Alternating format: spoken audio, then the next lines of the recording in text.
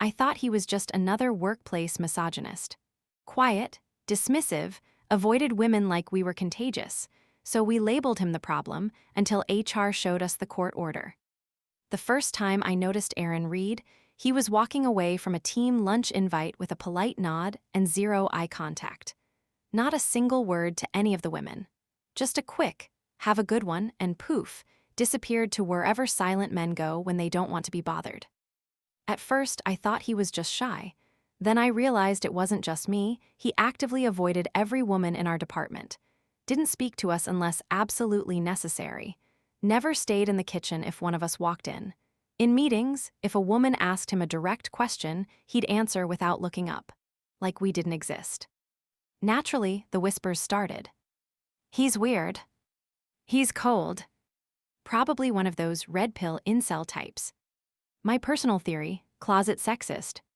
Which pissed me off even more because I'd worked hard to earn my place on the strategy team, and watching some bro in khakis act like we were beneath him? No, not in my office. But it wasn't just me. The other women noticed too. Caroline, our head of UX, said he literally swiveled his chair away from her during a coffee break when she offered to share a croissant. Anna, our marketing lead, said he never once responded to her Slack DMs with more than a single emoji, or worse, a thumbs up. "He's either scared of women," she said, "or hates them." And maybe we should have left it at that, a guy with bad social skills and worse manners. But then the annual spring mixer came around. And when Aaron once again ghosted the whole thing, the rest of us snapped. The mixer was important, not just because of the free wine and hors d'oeuvres, but because leadership treated it like a test. Show up, socialize, be seen.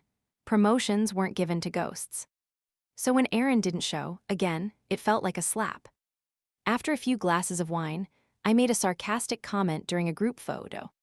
Some of us actually care about team culture, unlike certain people.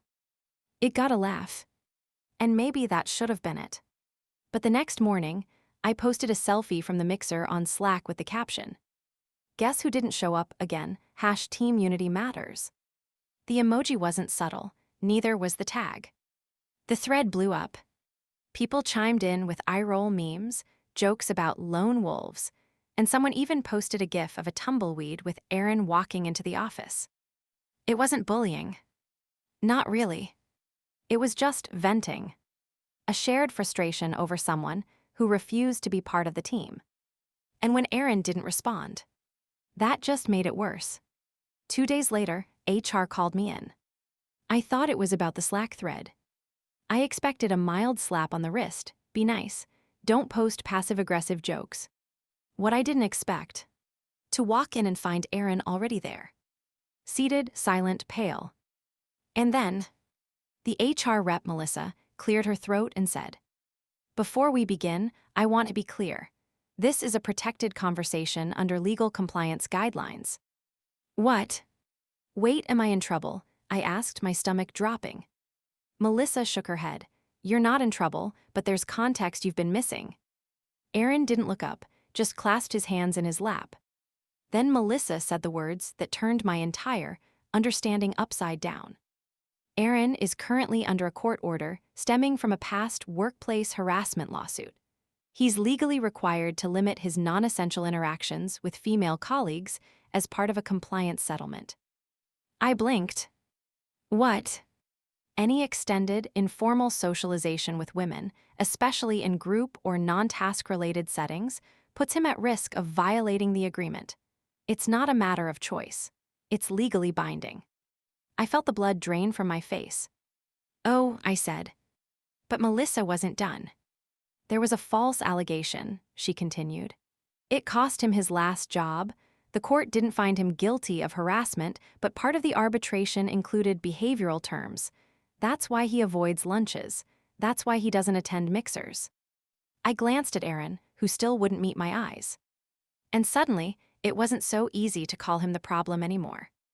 The man I called a sexist loner turned out to be under a legal muzzle, and now I was the one who looked like a bully. I left that HR meeting in a daze, trying to process the bomb that had just been dropped. A court order. Avoiding women wasn't his choice. And worst of all, this wasn't public knowledge. No one else on the team knew. I had just kicked off a Slack pylon against someone who wasn't even allowed to defend himself. Back at my desk, I opened my DMs. A few coworkers had messaged me laughing about the post. Someone sent a photoshopped image of Aaron as the most antisocial employee of the year. It had started as harmless sarcasm, but now it was spiraling.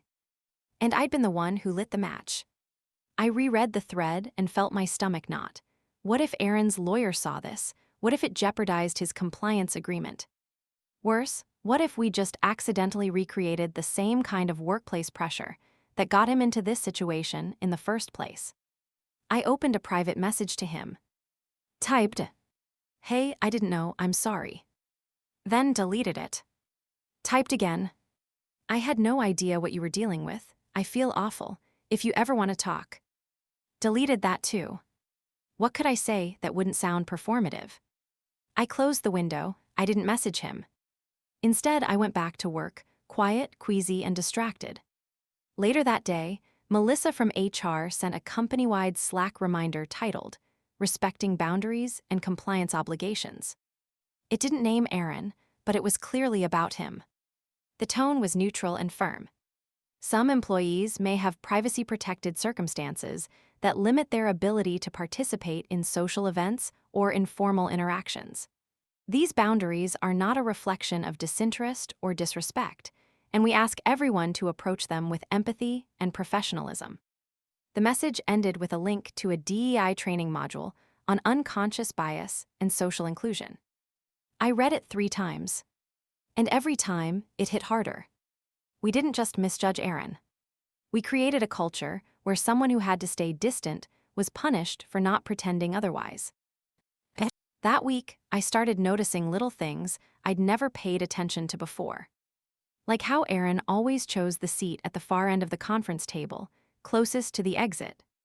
Or how he'd use a whiteboard or shared document to contribute in meetings, rarely direct speech. Or how he never entered a room without checking who was already in it. It wasn't fear. It was strategy. And suddenly, all those times I thought he was being rude. He was probably calculating risk. Tasha from admin said something at lunch that made me want to scream. Well, if you're that restricted, maybe you just shouldn't work around women. I looked up. That's like saying disabled people shouldn't use public transit because it's inconvenient for everyone else. Tasha rolled her eyes. It's just awkward, okay? Yeah, I said. For him, especially when people are turning him into a meme. She shrugged, then maybe he should speak up. I wanted to yell he literally can't, but I couldn't break confidentiality. Even now, I was walking on a wire, knowing the truth but not allowed to share it. Which, ironically, was exactly what Aaron had been dealing with. The guilt was like rust, slow, corroding, constant. So I did the one thing I thought might make a difference. I stopped talking about Aaron. And started talking to him. I asked for his input during a budget meeting, not forced, not performative, just neutral and respectful. I sent him a collaborative doc instead of a DM, and when he added comments, I thanked him publicly in the thread. He didn't respond directly. But he didn't avoid me in the hallway the next day either. It was a start. A few other women followed my lead.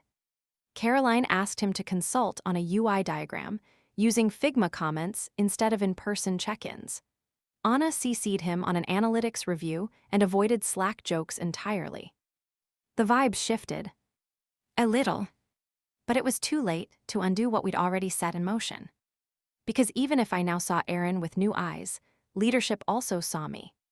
And not in a good way. 1 week later, I was called into a follow-up HR meeting. Melissa was there again. This time, so was my direct manager, Priya. They didn't scold me. They didn't have to. They used words like culture integrity, perception alignment, and leadership readiness. Then came the blow. We think it's best if you transition into a new cross-functional team, marketing ops, starting next quarter. It's a fresh opportunity for you to reset and demonstrate your collaborative strengths. Translation: we don't trust you to lead here anymore. My bonus was also reevaluated in light of recent team climate concerns. They didn't call it a demotion, but I knew what it was. Aaron stayed on strategy. I didn't. They didn't call it punishment, but I was being repositioned, and everyone in the office knew why. The news spread fast. No formal announcement, just enough of a shakeup in the org chart for people to connect the dots. A few Slack DMs trickled in from colleagues. Hey, are you really switching teams? What happened with strategy? They're saying it's because of the Aaron thing. That true? I ignored most of them. What was I going to say? Yes, I orchestrated a team-wide call-out against a guy with a harassment settlement, and now I'm being quietly shipped off to the side. I was angry. At myself. At HR. At the system that had no script for this kind of situation, where someone wasn't guilty but was still marked, and where trying to defend yourself could do more harm than good. Marketing ops wasn't a bad team. In fact, it was smaller, tighter, with decent leadership. But it felt like exile, like I'd been removed from the grown-ups' table and told to reflect on what I'd done. And I was reflecting. Constantly. I kept replaying everything, every sarcastic Slack message, every joke at Aaron's expense, every moment I thought I was just venting. I'd told myself it was about defending women's voices in the workplace. But now I wasn't so sure. Had I been protecting women? Or just policing a man I didn't understand? Meanwhile, Aaron went back to being Aaron. Quiet, neutral, elusive. But not invisible. More people started treating him like a regular colleague. Caroline, who once said he gave her serial killer vibes, started requesting his input on interface flows. The new intern asked him for help with data modeling, and he actually said yes. No one talked about the past. They didn't need to. The silence was loud enough. And in that silence, something else became clear. Aaron wasn't just surviving. He was adapting. He had built a system, quiet, minimal, efficient, where he could exist without risking anything. No jokes, no social traps, no misinterpretations. He'd created an entire work persona designed to avoid lawsuits. And we had treated it like a red flag. One day, a colleague from strategy, Miguel, asked me to lunch. We worked on 2 product launches together and used to be close. Over sandwiches, he finally said what others had been skirting around. I know you meant well, he said, but the tone of that thread, it came off not great. I know, I muttered. I was frustrated. I get it, he nodded. But you have to understand, after what happened to him at his last job, even teasing can trigger panic. I looked at him. You knew about it. He nodded. Leadership knew. A few of us were briefed off record. I froze. Why didn't anyone tell us? Because legally, they couldn't. It was sealed under compliance terms. They had to let him blend in and hope people showed grace. I swallowed hard. We didn't. No, he said gently. You didn't. I went home that night and sat in the dark. No music, no TV, just me and a cup of cold tea. There's a specific kind of shame that comes not from being wrong, but from being loudly wrong. From rallying others behind you and realizing later that you led them in the wrong direction. And that's what I had done. Not because I was cruel. Because I was certain. That weekend, I opened a blank document and started typing. I didn't know what it would become, a letter, a blog post, an apology email, but I had to put it down. We thought we were protecting workplace culture, but we were punishing someone who had already been through hell. Someone who followed the rules so perfectly, it looked unnatural, and instead of asking why, we assumed the worst.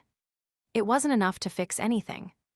But it was the first time I'd told the truth without hiding behind defensiveness. And maybe that mattered. The next Monday, I got in early and printed a note. Folded it once, walked to Aaron's desk. He wasn't there yet. I slipped it under his keyboard. It said, I didn't know, that doesn't excuse it, but I'm sorry for the jokes, the assumptions, and the noise. I understand if you don't want to respond. I just wanted you to know I finally see the full picture. Riley. I didn't expect him to say anything. He didn't. But that Friday, as I passed him in the hallway, he gave me a nod. A real one. With eye contact. It wasn't forgiveness. But it was acknowledgement. And in a world built on silence, that was something. We thought Aaron was choosing isolation, but he was surviving inside a system none of us could imagine. 2 weeks into my reassignment to marketing ops, I stopped by the office kitchen to refill my coffee. It was early, before 9 a.m., so the place was mostly empty. Except for Aaron. He stood near the coffee machine, carefully adding sugar to a travel mug.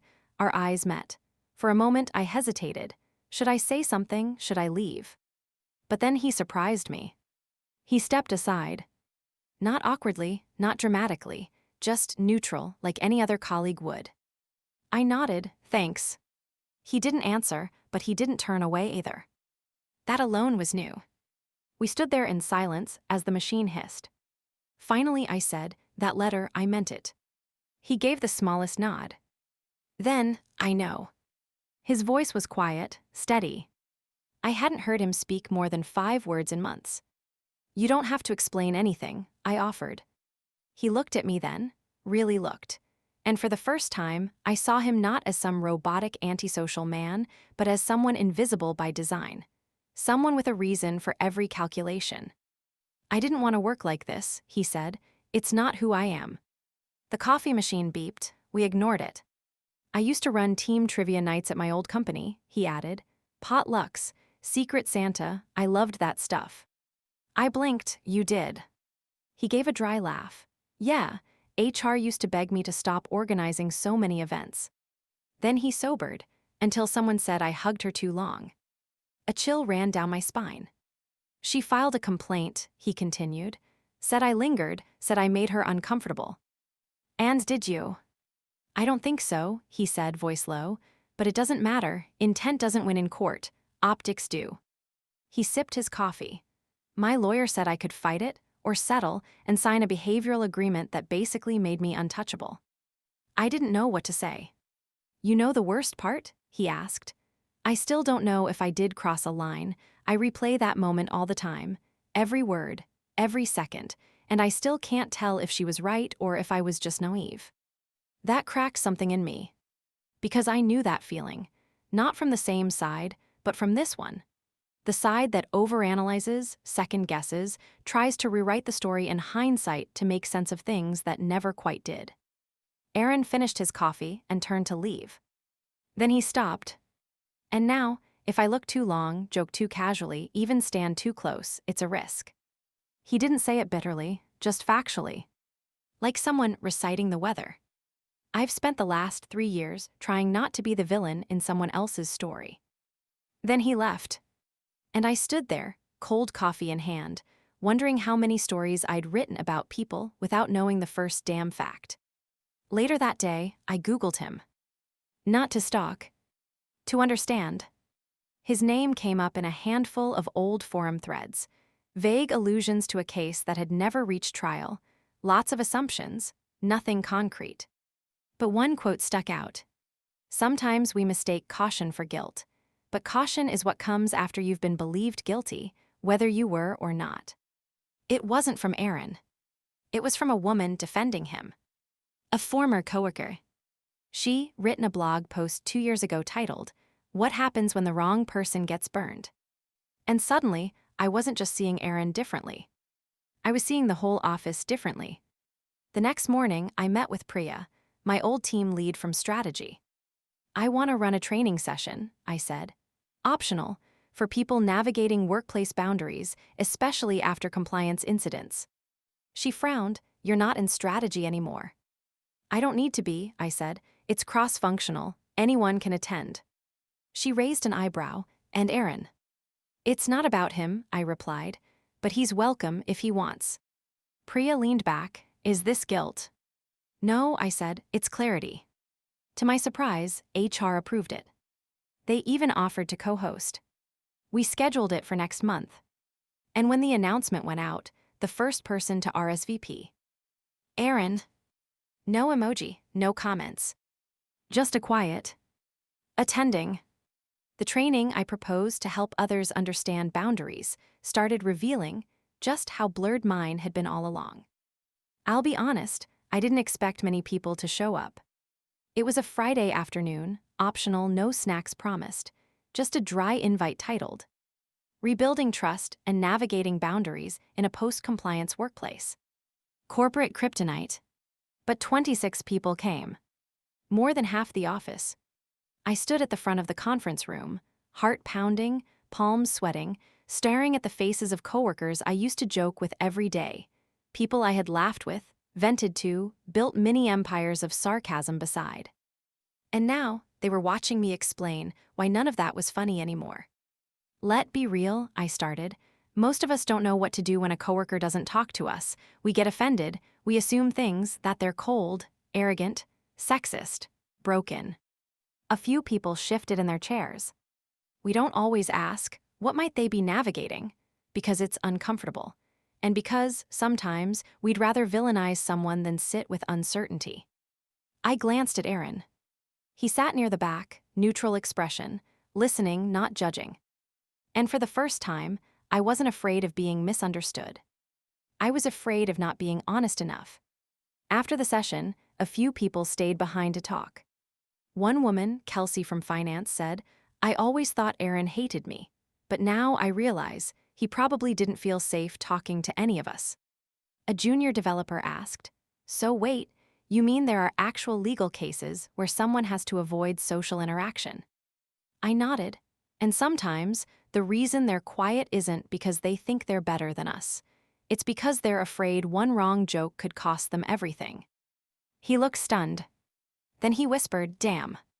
That night, I stayed late. I was about to shut down my computer when Aaron walked past my desk. He paused.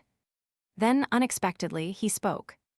"I used to think I'd never be able to exist in an office again," he said, "not without being some version of invisible." I closed my laptop and looked up at him. "You don't have to be invisible." He gave me a look I couldn't quite read, part amusement, part resignation. "Visibility has a cost," he said. "You'd be surprised how often silence is safer." He started to walk away, then turned back. "But that was a good session." I smiled, "Thanks." He hesitated, then added, "I almost did RSVP, but when I saw your name on it, I figured it wouldn't be a trap." I winced. I deserved that. "I didn't say it to hurt you." He nodded once, then left. And I realized, forgiveness doesn't always arrive with a ribbon on it. Sometimes, it's just someone choosing to stay in the room. The following week, I got my first 360 review in the new team. It wasn't glowing. My manager noted that I was adjusting, learning new norms, rebuilding interpersonal credibility. Which was corporate speak for, "You're still earning back our trust." I couldn't argue. I'd spent months speaking louder than I listened. Now I was trying to reverse that. It would take time. And there were days I wanted to scream I'm not a bad person, but the truth was more complicated. Because even good people can be dangerous when they don't stop to ask why someone behaves differently. Even allies can weaponize shame.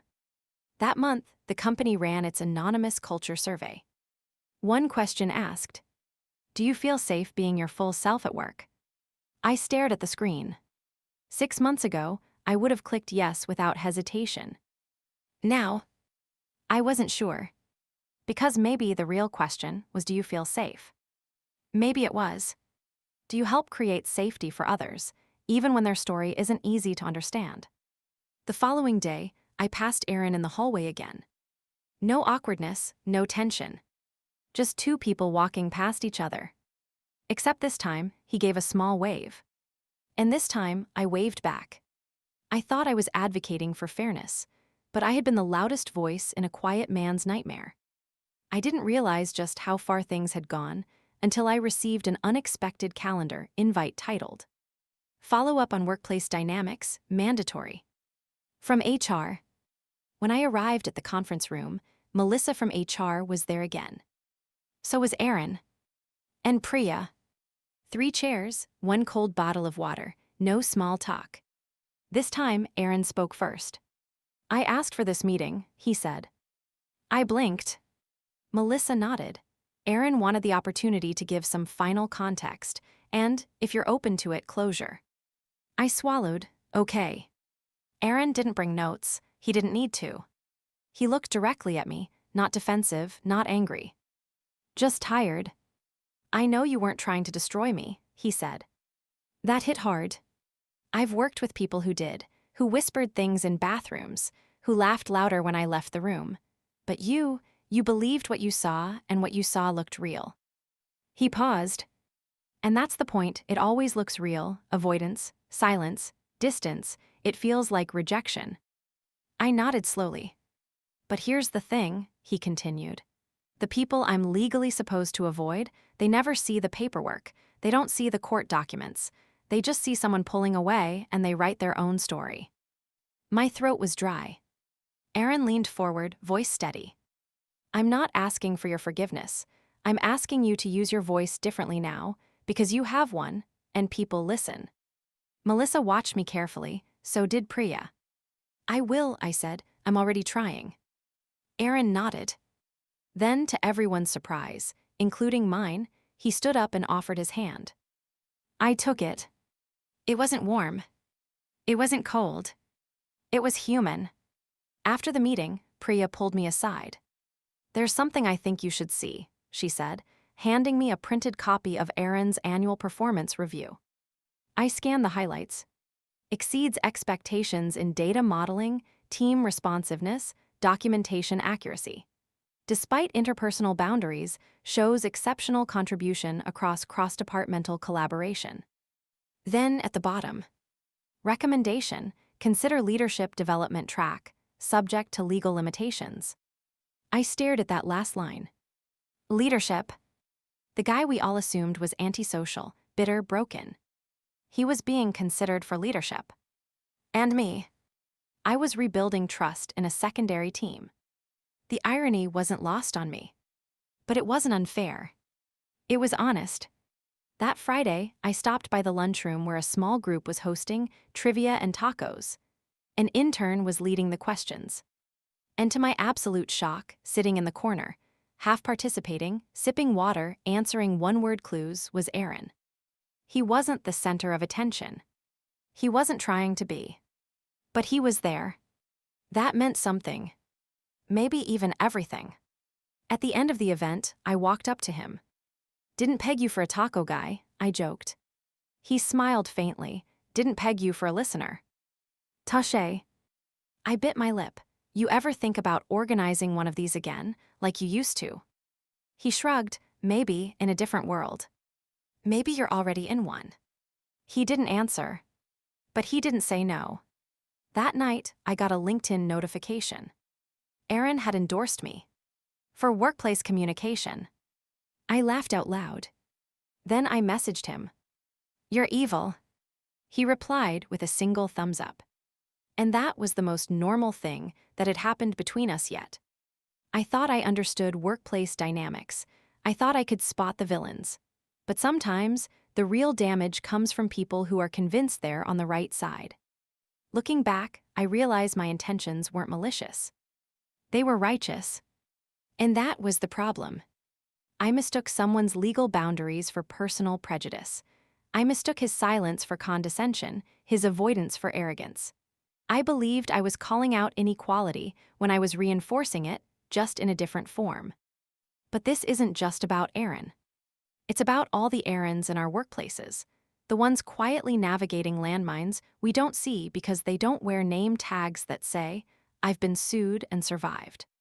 They sit quietly in meetings, eat lunch alone, exit early from happy hours, not because they're cold or unfriendly, but because the system has taught them that visibility is risk. And we call it attitude. Or worse, hostility. What I've learned is this. Boundaries don't always mean walls. Sometimes they're safety nets. Sometimes they're trauma management in disguise. And sometimes they're compliance obligations written in legalese and shame. I used to think inclusion meant pulling everyone into the center of the room. Now I understand. It also means honoring the people at the edges, the ones who can't join or won't because their very survival depends on discretion. I stayed in marketing ops. It turned out to be a blessing, a quieter space, less politics, more listening. Eventually, I was asked to co-lead our internal bias in practice workshop series. Not because I was perfect, but because I'd been wrong, and I had learned how to live with that. I told our team something during one of those sessions that stuck with a few people. Sometimes, being the loudest person in the room means you drown out the truth.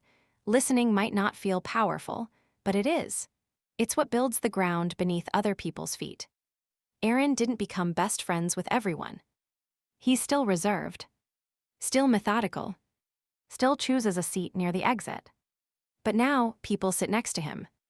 He speaks up more. Once, he even cracked a joke during a stand-up. No one laughed. But they smiled. And he smiled back. I don't know if he'll ever fully trust the system again. Maybe I wouldn't either. But I do know this. We didn't fix everything. We just made space for a version of him that didn't have to disappear. And maybe that's enough. If you're reading this thinking of someone in your own workplace, the quiet one, the weird one, the one who doesn't play well with others, maybe ask yourself this. Have you heard their story? Or have you just written your own? Because in the end, I learned the hard way. Even a whisper can sound like a shout. When you're the one being judged in silence. Subscribe to my Mia's Stories YouTube channel for raw, emotional stories and authentic insights that encourage healing, growth, and understanding. Don't forget to be part of a supportive space where stories inspire and lessons resonate. What do you think about this story? Let us know in the comments. Your opinion truly matters to us, and we're here for you.